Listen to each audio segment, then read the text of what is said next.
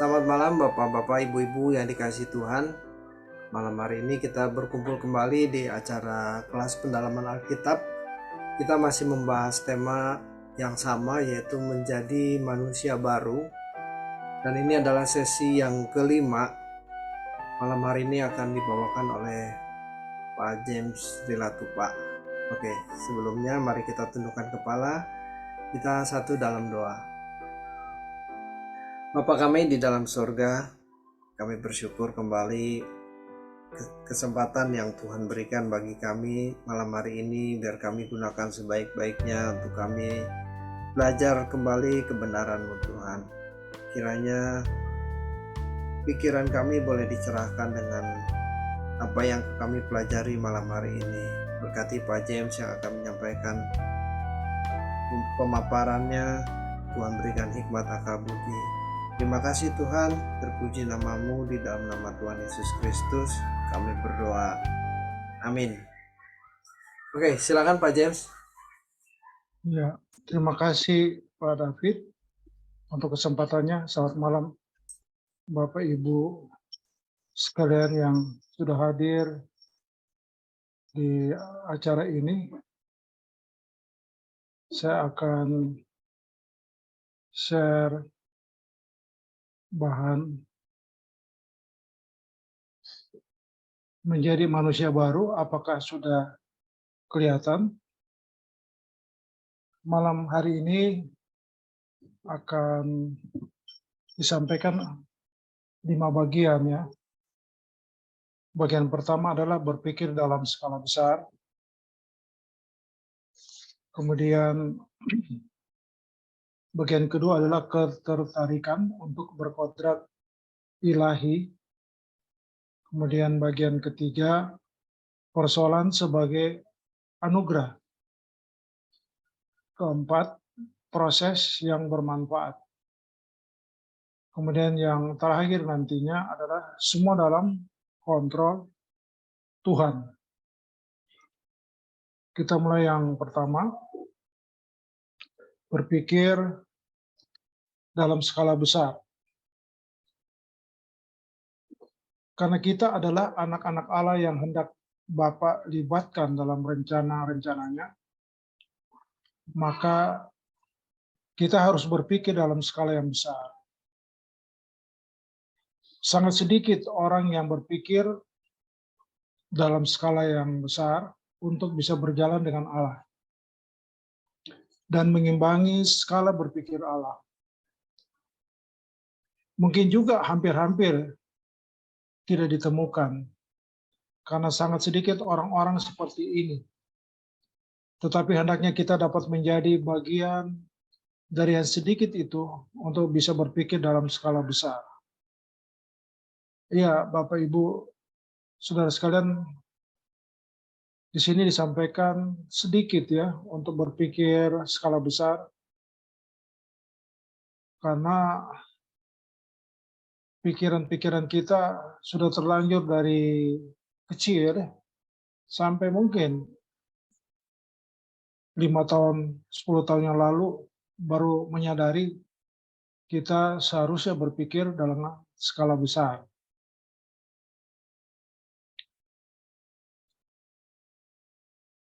Allah itu atau Elohim itu besar, lebih besar dari segala sesuatu. Bahkan lebih besar dari jagat raya yang tidak terbatas ini. Tidak bisa kita pikirkan, tidak bisa kita bayangkan kebesaran Allah, kedahsyatan dan kemuliaannya. Allah yang maha besar, Elohim yang maha besar ini sebenarnya mau apa? Apa yang Ia kehendaki? Jangan kita setengah-setengah tahu atau setengah-setengah percaya. Ya, dari wujud yang sedikit itu diharapkan tidak setengah-tengah percaya atau percaya penuh kepada Allah itu yang hidup. Ini masih terus membayangi atau tetap menjadi persoalan ya, termasuk saya ya. soal ini karena pemahaman yang disampaikan ini baru-baru saja kita terima, sehingga harus bagaimana dengan kerja keras, bantuan Tuhan supaya kita bisa berpikir dalam skala besar. Allah menaruh gambarnya di dalam diri manusia. Manusia diberi kemampuan seperti Allah. Seperti bukan berarti pasti sama. Jadi Bapak Ibu Saudara sekalian, masing-masing kita itu beda target rancangan Allah ya. Manusia diberi keberadaan yang luar biasa, memiliki gambar Allah sesuai yang dia rancangkan pada masing-masing individu kita. Kejatuhan manusia ke dalam dosa, maksudnya ini Adam dan Hawa, membuat manusia kehilangan atau kurang kemuliaan Allah. Manusia tidak dapat mencapai keserupaan dengan Allah. Roma 3 ayat 23. Bukan hanya manusia tidak bisa serupa dengan Allah karena kejatuhan manusia pertama tersebut. Tetapi manusia juga hidup di bawah bayang-bayang maut, yaitu terpisah dari Bapa selama-lamanya. Nah, inilah kehilangan kemuliaan Allah sejak manusia pertama jatuh dalam dosa ya. Itu keterpisahan ya, sehingga ada dalam bayang-bayang maut. Dan saya yakini tidak semua orang memahami bahwa bayang-bayang maut itu maksudnya apa gitu. Terpisah dari Bapa itu maksudnya apa gitu.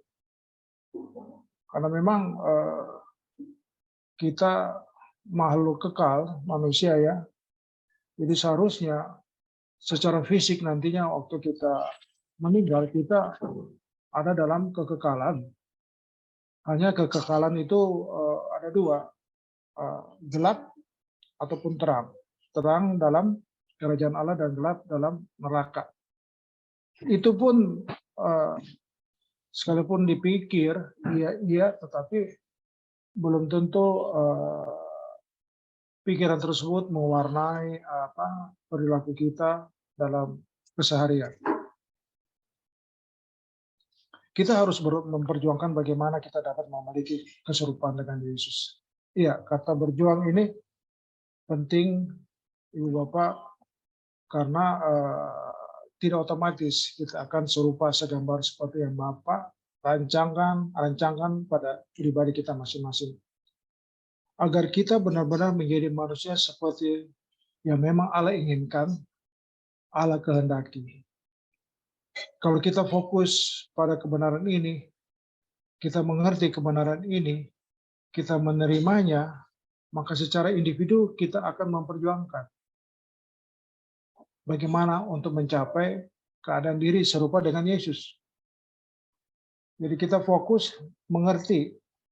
Kalau mengerti, menerima enggak gitu, ya. Setelah menerima, apa kita perjuangkan? So, kalau menerima hanya pasif, tidak aktif memperjuangkan, ya kembali lagi kita tidak ada yang diharapkan oleh Bapa di sorga mengikuti rancangannya dalam kehidupan kita gitu. Jadi mulailah kita berpikir dengan skala besar. Jadi penyampaian di atas itu dalam kategori berpikir besar. Dimulai dari perjuangan setiap individu bagaimana mengubah diri menjadi sempurna seperti Bapa. Jadi Ibu Bapak Saudara sekalian, sudahlah kita jangan bicara gereja kita besar atau apa ya, kapasitasnya tetap jumlah jemaatnya banyak, tetapi bagaimana secara individu kita mulai dari diri kita sendiri, dan tentunya akan ada dampak ya, efek kepada keluarga ya, keluarga kita masing-masing. Artinya segambar dan serupa dengan Bapa, dengan Allah Elohim Yahweh yang model nyata untuk bisa dilihat dan diteladani, yaitu Tuhan Yesus. Iya. Jadi kalau ditanya seperti apa model yang kita perlu ikuti ya Tuhan Yesus. Jika hal ini benar-benar kita alami, jika kita jalani, kita pasti akan menyediakan hidup kita. Atau tepatnya, tidak bisa tidak hidup kita akan menjadi sarana, alat di dalam tangan Allah untuk menolong orang mengalami proses yang sama. Itulah inti dari pelayanan yang sesungguhnya.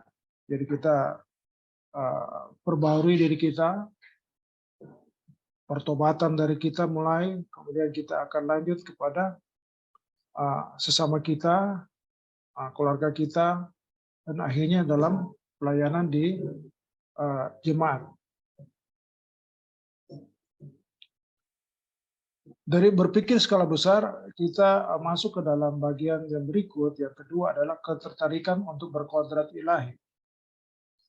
Ya, dari tadi itu kan ada fokus terus bilang menerima. Menerima ya udah, itu kata-kata yang sederhana itu. Tetapi sepertinya mesti ada mekanisme yang terjadi di sana. Bagaimana upaya kita dari yang tidak mengerti, kemudian mengerti di pikiran ya. Setelah menerima di hati kita, apakah kita sedia untuk melakukan apa yang Tuhan kehendaki? Ya. Di bagian kedua ini ketertarikan untuk berkodrat ilahi adalah bila upaya tadi kita teruskan, kita akan mengalami perubahan ya dari kodrat manusia lama kita, kodrat dosa, menjadi kodrat ilahi. Allah itu besar, saudaraku. Maka kita pun harus berpikir dalam skala besar. Hal yang Bapak inginkan yaitu menjadi manusia ciptaan yang sesuai rancangannya. Jadi pemikiran besar di sini jangan diartikan ke arah berpikir secara sekuler, secara dunia ini. Besar dalam pengertian sukses, besar, punya ini, punya itu, besar, banyak, bukan ke sana, saudara. Menjadi ciptaan manusia yang sesuai rancangannya. Ini perkara besar, jangan anggap remeh hal ini. Jika proses ini berlangsung sampai seseorang mengalami perubahan kodrat, yaitu segambar dan serupa dengan Allah, di mana Yesus menjadi modelnya, ia pasti memiliki kesucian. Jadi yang dikatakan berpikir besar, skala besar itu adalah hal kesucian. Ya,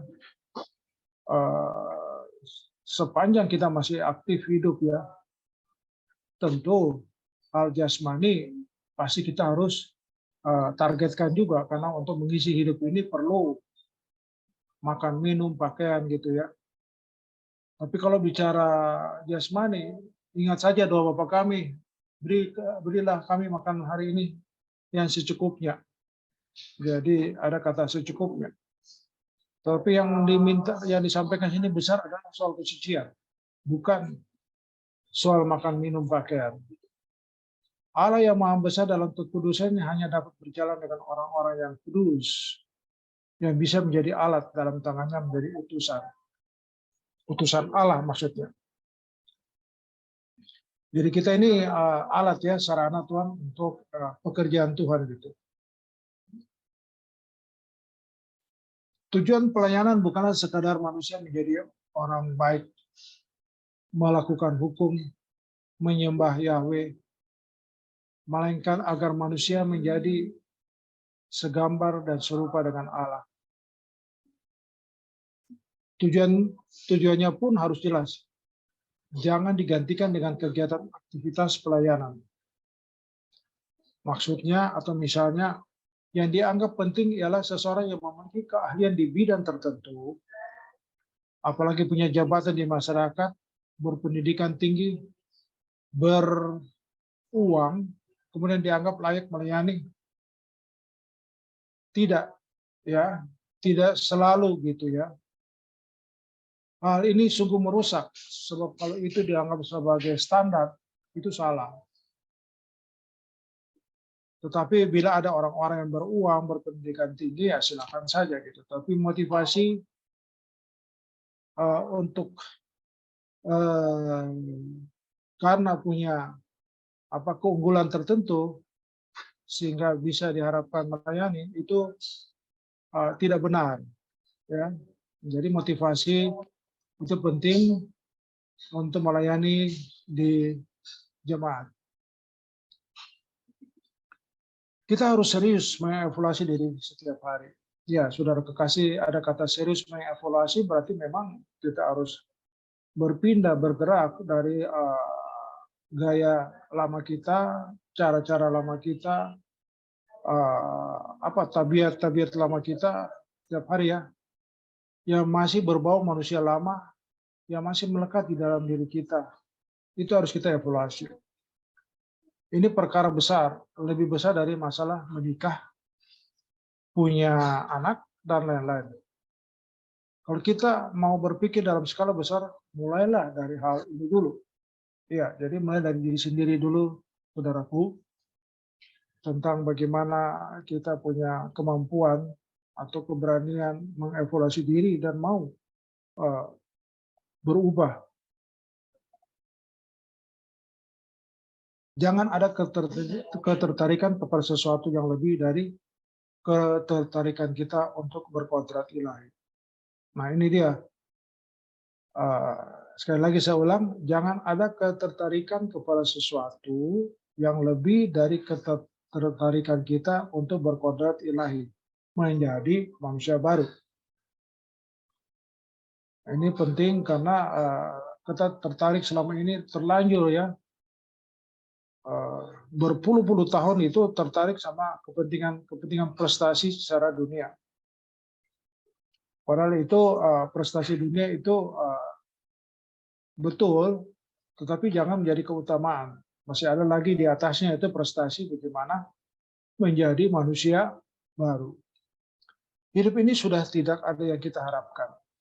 Nah kalau kalimat ini disampaikan kepada generasi yang masih muda, mungkin mereka keberatan gitu. Hidup ini sudah tidak ada yang kita harapkan. Mereka kan mulai merangkak berprestasi, kemudian diperhadapkan dengan kalimat ini, mungkin kurang berkenan. Tetapi harus tidak selalu kita ulang-ulang bahwa yang diharapkan sebenarnya nomor satu yang dari awal disampaikan yaitu ketertarikan menjadi manusia baru, ya. Jadi kita harus ya mengharapkan untuk menjadi manusia berkodrat ilahi. Apapun yang terjadi dalam hidup kita, yang penting kita dapat mencapai kesucian seperti kesucian Bapa. Jadi kata apapun itu bisa berhasil, setengah berhasil, buruk, sampai ancur-ancuran gitu ya. Nah, yang penting bagaimana dalam kondisi yang minus sekalipun itu bagaimana dikatakan di sini mencapai kesucian. Nah ini yang masih perlu pergumulan untuk mewujudkan ini kalimat ini. Kita bisa menjadi seorang yang tidak bercacat dan tidak bercela di hadapan Allah. Nah itu. Jadi mau kaya kek, setengah kaya kek, ya atau miskin sekalipun sama, harus tidak bercela di hadapan Allah. Ya, bisa beda makan, beda bisa minum, bisa beda juga pakaian, tetapi soal layak tidak bercacat bercela di hadapan Tuhan sama semua kita sebagai orang percaya. Kita masuk ke bagian ketiga, persoalan sebagai anugerah. Dari judulnya persoalan sebagai anugerah, sebenarnya ini sudah ada penolakan ini. So, kalau bicara anugerah, selalu pikirannya baik saja. Nah itu dia. Karena kalau bicara persoalan, harusnya selalu selesai. Yang baik. Tetapi kita lihat di sini, persoalan itu selalu dihindari ya. Lihatlah gambarnya di sebelah kiri ini bagaimana. Kalau bisa dia jangan begini, stres. Ya. Jadi memang ada stres yang positif karena untuk mencapai perubahan, kita juga harus berjuang, dan itu stres memang. Itu stres yang positif itu ya, untuk menjadi manusia baru gitu. Dalam hidup ini tidak ada orang yang tidak pernah punya masalah. Amin. Sebab kalau tidak ada masalah berarti bukan hidup ya.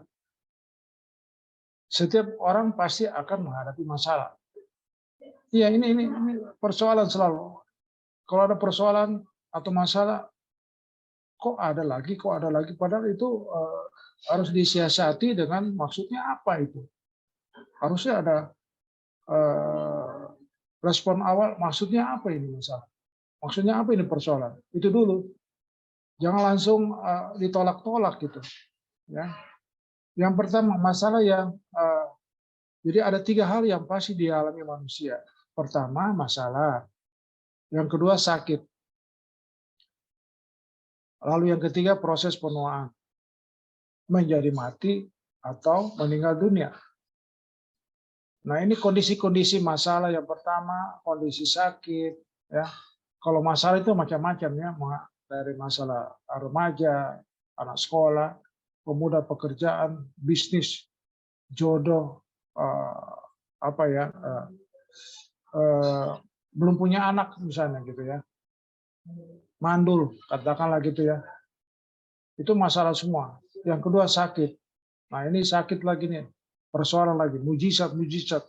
Jadi mujizat di bagian pertama dan kedua itu selalu diinginkan terjadi. Padahal yang ketiga proses penuaan berjalan terus. Jadi mujizat tapi tetap aja akan tua. Nggak mungkin dalam nama Tuhan Yesus saya jadi muda kembali. Tua, ya kita akan tua secara natur. Sekalipun mujizat itu membludak ya di orang tertentu atau kelompok tertentu, tapi proses penuaan pasti dialami dan menjadi mati dan meninggal dunia.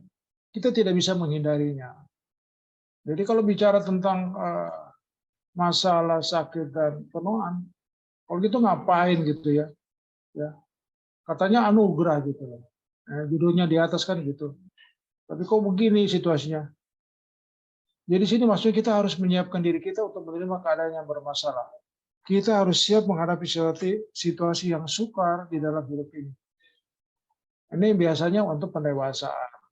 Pendewasaan itu dalam arti kata yang sederhana itu kita sudah lebih baik ya.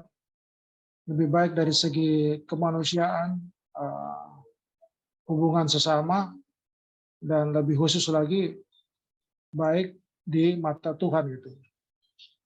Jadi bila ada masalah berat yang kita tidak sanggup menanggulanginya dan tidak selesai dalam waktu yang singkat, harus melalui perjalanan yang panjang, Tuhan mengajarkan kepada kita untuk bergantung kepadanya. Nah sebenarnya dari masalah itu sebenarnya ada kata bergantung di sini. Kata bergantung ini penting ya. Berharap mungkin hanya kata-kata, tapi kalau bergantung itu keadaan. Keadaannya memang real. Kita menggantungkan diri kepada sesuatu gitu ya. Ini bergantung kepada Tuhan. Jadi harus konkret ya. Berharap itu ya nyata. Pikiran perasaannya tuh langkah-langkahnya semua berdasarkan apa yang Tuhan kehendaki gitu. Ternyata dalam hati juga bisa ada kesombongan ketika merasa bisa hidup tanpa Tuhan. Nah ini orang-orang yang sukses ini. Ya, jadi ada kaya karena diri sendiri, kaya juga karena penyertaan Tuhan. Jadi ada dua, kaya karena kekuatan sendiri dan ada karena penyertaan Tuhan. Nah, kita berharap ini kaya karena penyertaan Tuhan sehingga tidak ada kata sombong ya. Jadi ini hal yang berbahaya bagi orang-orang yang bila dalam hidupnya selalu berhasil ya. Nah, itu yang persoalan. Unik juga ya, kok kalau selalu berhasil jadi persoalan juga. Iya, karena jangan sampai keasikan tersebut, saya tidak yakin juga bahwa itu dia akan tenang. Sekalipun itu siapa sih orang terpintar di dunia? sekarang? Siapa sih yang terkaya nomor satu di dunia? Kita pasti tahu. Tapi apa dia memang eh, bisa hidup tanpa Tuhan? Nah, ini hal yang berbahaya. Ada orang-orang yang suka bertobat karena merasa dirinya punya potensi. Nah, orang-orang seperti tadi lah yang agak sulit ya bertobat karena mereka merasa memang sudah on the track.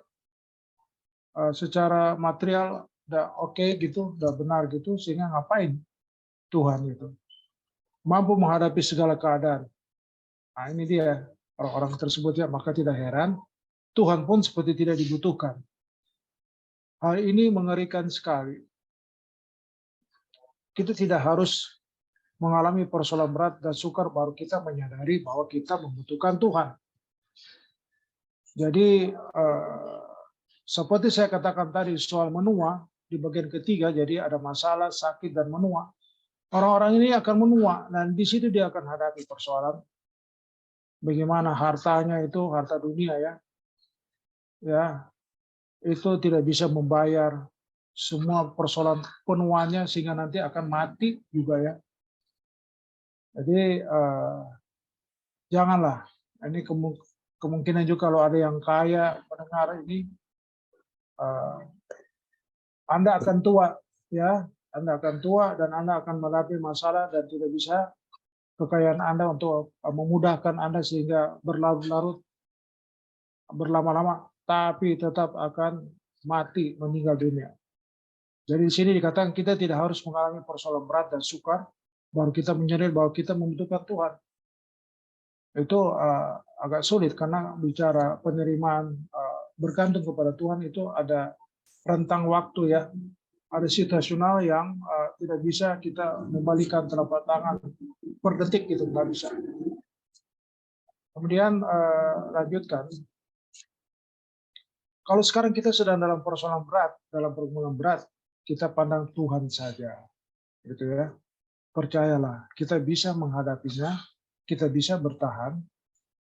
Ketika kita bertahan, maka Tuhan akan memberikan nasihat-nasihatnya. Nah, waktu kita bertahan itu ada dua juga kemungkinan. Bertahan dengan kekuatan sendiri atau Tuhan. Nah, kita harus konsisten. Jangan hari ini bertahan karena Tuhan, terus karena besok belum ada jawabannya, lusa bermain-main dengan cara-cara sendiri. Pakai kolega lah segala macam, pakai cara-cara dunia gitu. Ya. Nah, kemudian kita masuk ke proses yang bermanfaat. Bagian keempat ya. Orang bijak, orang cerdas, siapapun dia, baik orang yang beragama maupun tidak, orang yang percaya Tuhan Allah maupun ateis, kalau ia mengerti bagaimana memanfaatkan kesempatan, maka ia adalah orang yang beruntung. Nah, ini bicara normatif ya. Ini soal kesempatan, maksudnya di sini kesempatan bisa mendapatkan jabatan tertentu, kesempatan untuk studi, kesempatan untuk bisa menduduki posisi tertentu yang lebih baik di masyarakat, atau kesempatan apa saja yang bermanfaat bagi kondisi di dunia ini gitu. Jadi kesempatan itu adalah harta atau sebagai tangga untuk meraih harta, kekayaan, kemuliaan. Ya. Jadi sini dalam kehidupan kita sebagai orang Kristen, kekayaan dunia, kehormatan manusia, atau kemuliaan duniawi bukanlah tujuan. Jadi ada dua harta ya di sini, harta dunia atau harta sorgawi. Ya, kalau harta dunia itu kehormatan manusia, kemuliaan duniawi, itu bukan tujuan. Kita adalah harus target harta sorgawi. Harta sorgawi itu bagaimana itu tadi menjadi kodrat ilahi, ya, bertobat, ada perubahan perilaku dari manusia lama menjadi manusia baru. Untuk bisa mencapainya, hidup kita tentu harus diubah. Hidup kita harus diubah menjadi manusia sesuai dengan kehendak Allah.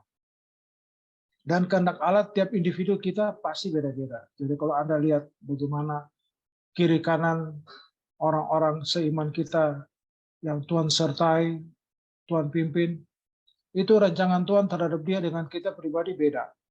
Jadi Anda jangan coba-coba, kenapa saya tidak disertai dengan kebutuhan yang sama dari orang yang menerima mujizat yang sama.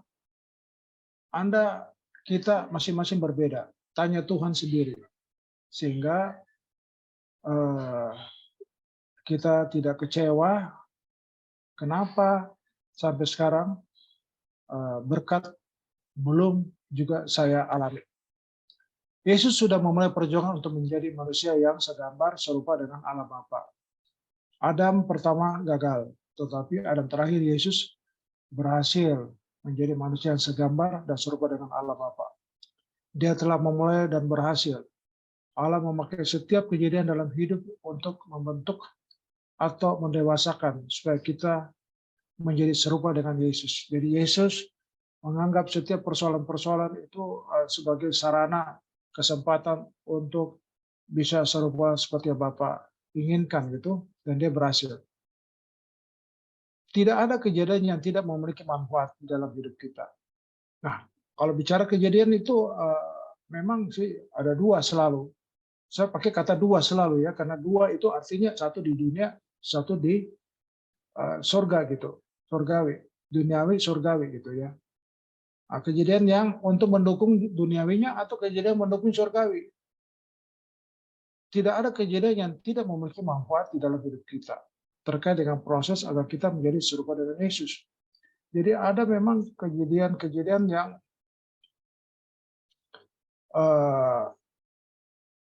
kita masuk ke dalam proses di mana untuk teruji ya, diuji dan teruji oleh masuk dalam rancangan Tuhan. Jadi tidak ada peristiwa hidup baik yang kita dengar, kita lihat, apalagi yang kita alami yang tidak bermakna. Jadi katakanlah juga kejadian sembrononya kita ya, itu juga punya makna untuk supaya kita tahu diri gitu, supaya jangan lagi sembrono melakukan hal-hal kegiatan di waktu-waktu berikutnya. Banyak kesempatan berharga yang berlalu sia-sia. Apa yang kita dengar, kita lihat, kita renungkan, jika dikaitkan dengan hal-hal rohani, pasti ada pelajaran rohani karena ada nasihat atau arahan Tuhan. Ya, selalu memang kita harus dua ya, ke arah dunia dan rohani atau surgawi. Cuman karena ada kiri kanan pergaulan kita hidup bersosialisasi, yang selalu kita banding-bandingkan itu soal duniawi. Itu yang jadi persoalan tersendiri juga gitu loh. Karena tiap orang itu beda-beda, dia punya daya reaktif terhadap kehidupan bersosial di masyarakat itu. Gampang terpengaruh ya, itu yang persoalan itu. Tapi mari kembalikan arah konsentrasi kita ke hal-hal yang rohani. Sesuai dengan arahan Tuhan. Artinya ada mentoring dari Tuhan. Jadi kalau kita ke arah rohani, ada nasihat ya dari Tuhan. Apalagi dari kita yang alami biasanya waktu orang Kristen saat berurusan dengan Tuhan hanya karena mau menyelesaikan masalah. Tetapi tidak mempersoalkan apa nasihat Tuhan. Nah ini ada sisi lain lagi. Dia memakai Tuhan itu kayak part time itu, sewaktu-waktu saja, bukan full time di dalam pikiran dan langkah hidupnya. Makanya begini nih, kalau ada masalah baru Tuhan. Tidak ada masalah aku dan teman dan kepintaranku, kehebatanku. Nah, itu kayak pakai Tuhan itu part time gitu, sewaktu-waktu gitu. Mentoring Tuhan dan arahan Tuhan melalui persoalan tersebut jadi kita harus jadikan Tuhan sebagai mentor kita. Kita menjadi lupa, apalagi kalau hal itu melukai atau menyakiti kita. Iya. Ya ini belajar saja ya. Kalau ada masalah langsung aja. Ini apanya maksudnya ya Tuhan, terluka aku disakiti dan seterusnya. Seharusnya setiap individu menemukan apa arahan Tuhan melalui persoalan. Nah ini kalau dikata seharusnya, berarti memang harus dibiasakan. Harus dibiasakan. Jadi muncul itu otomatis dari Tuhan gitu. Benar nggak ini? Apapun kondisi kita, kejadian, tepatnya bagian apa dalam hidup kita yang mau diubah oleh Tuhan. Ada aja gitu loh. Saya teringat kepada Ayub, dia pikir tenang-tenang aja gitu, tapi Tuhan kirim iblis untuk menguji dia gitu ya. Nah, jadi ada saja gitu loh. Kalau kita sudah, karena memang dalam hadirat Allah itu harus nyata, dan dalam hadirat Allah juga itu ada ujian-ujian yang kita akan terima gitu. Kalau masalah itu berat sekali, sebenarnya dampaknya juga akan menjadi jauh lebih besar, lebih berbobot ya kalau kita berhasil. Tapi itu hanya jika kita menyadari bahwa peristiwa-peristiwa itu mengandung nasihat Tuhan, karena Tuhan sedang memproses kita. Ya, nah, ini yang biasa. Ini kan kalau kejadian itu bagian dari proses. Maksudnya dari kalimat ini gitu. Jadi bukan langsung dikatakan itu hukuman, kutuk ya, tapi itu proses. Tuhan pasti membuka jalan dan menyelesaikan masalahnya. Tuhan pasti menolong. Sekarang tinggal kita. Apakah kita percaya bahwa masalah-masalah yang kita alami tersebut mengandung pelajaran penting yang dapat mengubah kita menjadi manusia yang berkodrat ilahi? Nah, ini soal kepercayaan ya, apa masalah itu kita percaya akan mengalami pengaruh dalam kehidupan kita, mengandung pelajaran. Tapi kalau pikiran selalu bilang, waduh ini cilaka, ini kutuk ini, ya susah ya. Tidak ada ya kutuk lagi, Tuhan sudah selesaikan, Tuhan Yesus di kayu salib. Kemudian kita masuk bagian yang terakhir, semua dalam kontrol Tuhan. Iya, dari kesemua penyampaian 1 sampai dengan 4 harus diketahui, dipertegas kembali bahwa ada dalam kontrol Tuhan. Apapun Anda, ya kondisinya, mau yang kaya sekalipun, apalagi miskin, ya dari yang tertinggi sampai yang terendah, itu ada dalam kontrol Tuhan. Suka tidak suka kepada Tuhan, semua ada dalam kontrol Tuhan. Ketika kita menghadapi masalah yang rumit, berat, dan sulit, yang kita tidak tahu bagaimana menyelesaikan sehingga berlarut-larut panjang, berbulan-bulan, bahkan bisa bertahun-tahun, kita belajar berharap pada Tuhan untuk melihat campur tangannya. Memang nggak gampang. Ini daya tahan kita untuk tetap setia. Kata setia di sini dibutuhkan ya. Jangan mendesain di dalam fantasi kita, jangan merancang, maksudnya di pikiran kita bagaimana keadaan nanti. Aku mau jadi begini, jadi begitu, lalu minta kepada Tuhan. Tidak salah juga. Iya, sepanjang itu ada koordinasi ya, timbal balik komunikasi dengan Tuhan secara terus-menerus. Kalau kita belum dewasa, mungkin bisa langsung dijawab. Tapi kalau kita dewasa, berkatalah kepada Tuhan, jadilah kehendak-Mu, ya. Jadilah kehendak-Mu Bapa, bukan kehendak-Ku, ya. Itu kalau yang sudah dewasa. Percayalah Tuhan itu maha kuasa, maha baik, dan maha murah. Ini harusnya dipertegas ini.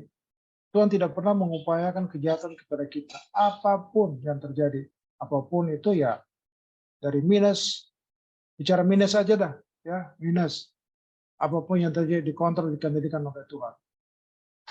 Ya, asal kita tetap setia, konsisten kepada Tuhan.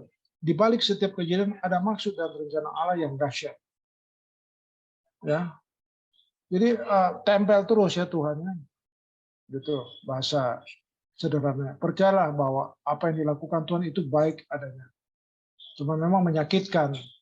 Kita lihat yang sakitnya, tapi sebenarnya kesembuhan pemulihan akan terjadi sesuai dengan waktunya Tuhan. Kita tidak boleh marah atau bersungut-sungut. Nah, itu celah itu ya. Masuklah iblis dengan dia punya pikiran-pikiran baru yang menyesatkan sehingga kita lepas lagi dari tuntunan Tuhan. Mengapa kita harus marah dan bersungut-sungut? Tuhan Yesus di Taman Getsemani berdoa, jika boleh, cawan ini lalu daripadaku. Nah, ini pikiran manusianya nih, kalau bisa dia lewat ini cawan. Dia berdoa agar bisa dihindarkan dari penderitaan. Puncak penderitaannya itu di situ. Ini saat-saat kritis. Kalau sampai doa itu dikabulkan, nah, ini ingat ya, kalau sampai doa itu dikabulkan oleh Bapa, maka tidak ada orang yang selamat. Iya, tidak ada alat kontrol. Yang tadi ini kan bicara kontrol, semua dalam kontrol. Dengan matinya Tuhan Yesus, ya, dia bisa menjadi alat kontrol untuk kita, ya jalur Tuhan atau tidak. Ya itu. Dia berdoa agar bisa dihindarkan dari penderitaan. Ini saat-saat kritis kalau satu doa itu dikabulkan oleh Bapa, maka tidak ada orang yang selamat. Semua manusia binasa. Iya kan? Karena langsung-langsung saja. Tidak ada standar untuk hidup manusia berkenan kepada Bapa. Karena Yesus tidak menerima itu cawan. Ya, dia harus mati. Bukti bahwa dengan kematian itu totalitas yang hidupnya itu bisa menjadi panutan. Jadi mengerikan sekali ya, mengerikan sekali. Di kayu salib Yesus berkata, Eli Eli lama sabachthani, Allahku Allahku mengapa engkau meninggalkan aku. Betapa hebat pribadi Tuhan Yesus. Dia berkata akhirnya, bukan kehendakku yang jadi, Bapa, kehendakmu lah. Allah Bapa memeteraikan, maka salib terwujud. Keselamatan disediakan untuk keselamatan atau keselamatan diadakan. Kalau kita ikut cara hidupnya Tuhan Yesus. Ini pelajaran mahal untuk kita. Yesus itu teladan kita. Tidak ada teladan selain Yesus. Dalam keadaan begitu terjepit, dia tetap menyerahkan semua dalam tangan Bapa dan tetap berkata, kehendak Bapa yang jadi ya. Mungkin ada di antara kita yang mulai mencurigai Tuhan. Mungkin kita tidak marah secara langsung kepada Tuhan.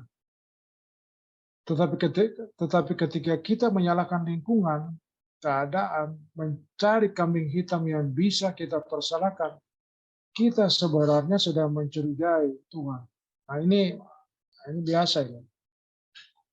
Salah di A, bikin orang B, C, D kena semua akibatnya. Lingkungan sekitar kena. Padahal persoalannya di A. Ini. Cari kambing hitam kan gitu. Fokus aja. Kenapa itu A bisa alami kejadian tersebut. Jadi semua di dalam kontrol Tuhan. Tidak mungkin ada kejadian yang terjadi di luar kendali Tuhan. Nah ini yang terakhir ya. Sudah terjadi banyak kesesatan atau penyimpangan dalam hidup banyak orang Kristen. Ya betul, ini sejak remaja sampai 40 tahun kemarin kalau perlu. Jadi harapan saya ini perlu pembenahan di sekolah minggu, di remaja, supaya pengajaran ini sejak dini sudah ditegaskan, dipraktekkan ya sama anak-anak kita ya, junior-junior ini, sehingga tidak nasibnya kondisinya kayak kita ini yang sulit ya untuk berubah gitu.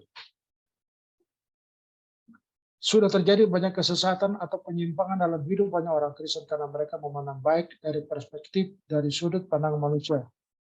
Maksudnya selalu kalau ada nasib baik itu dari pikiran-pikiran dunia ya. Itu yang salah. Harusnya baik dari sisi Tuhan itu. Kebaikan Tuhan harus dipandang dari sudut Tuhan, dari perspektif Tuhan. Tuhan menghendaki tidak seorang pun binasa. Maksudnya Tuhan menghendaki kita dewasa. Dewasa ini menyakitkan ya, sempurna itu menyakitkan. Dan serupa dengan Yesus itu menyakitkan. Menjadi manusia baru itu menyakitkan ya, menderita. Kalau kita bertahan dengan keinginan-keinginan dunia, itu berat. Tapi kalau kita penyerahan total, Tuhan pasti memberi penghiburan untuk kita bisa berubah. Saya kira begitu penyampaian kebenaran firman Tuhan lewat penerangan Alkitab malam hari ini. Tuhan memberkati kita semua. Amin. Ya, terima kasih Pak James sudah menyampaikan pemaparannya malam hari ini. Sekaligus saya membuka kesempatan bagi kita untuk saling sharing atau bertanya atau menambahkan. Silakan. Oke, ini diskusi yang lumayan panjang Tapi semoga ini bisa memberikan inspirasi ke kita ya. Betapa kita ini tugas kita banyak gitu ya, selain mendidik anak. Tapi sebenarnya dimulai dari diri kita sendiri dulu gitu. Kalau kita ini tidak diseberangkan dari manusia berkodrat dosa menjadi manusia berkodrat ilahi, sebenarnya kita tidak bisa menyelamatkan siapapun gitu. Kita harus selamatkan diri kita sendiri dulu, baru kita bisa menyelamatkan keluarga kita, anak kita, orang-orang di sekitar kita, baru kita bisa menyelamatkan. Kita harus menjadi manusia baru dulu, baru kita bisa menolong orang lain untuk menjadi manusia baru. Oke, yuk kita akhiri uh, pertemuan kita malam hari ini. Kita bersyukur untuk uh, pencerahan atau pemahaman-pemahaman baru yang membuka pikiran kita supaya kita semakin lebih disempurnakan lagi. Mari kita akhiri dengan doa. Bapa di surga, terima kasih. Kami bersyukur untuk diskusi dan bincang-bincang kami malam hari ini. Apa yang kami sudah pelajari, kami dengar, kami diskusikan, biarlah itu boleh mengubah pola pikir kami dan kami semakin hidup benar untuk kami terapkan dalam kehidupan kami sehari-hari Tuhan. Terima kasih Tuhan, kiranya Roh Kudus menolong kami untuk menjadi pelaku-pelaku firman. Bukan sekedar mengisi pikiran sehingga kami menjadi pintar dan bertambah sombong, tetapi kami menjadi semakin rendah hati dan kami terus belajar melakukan kebenaran firman-Mu Tuhan. Berkati kami semua yang hadir malam hari ini, kami mau beristirahat Tuhan. Tuhan menyertai kami serahkan doa ucapan syukur kami di dalam nama Tuhan Yesus Kristus. Amin. Selamat malam. Tuhan memberkati. Terima kasih Pak Jis. Malam Terima kasih Pak Jis.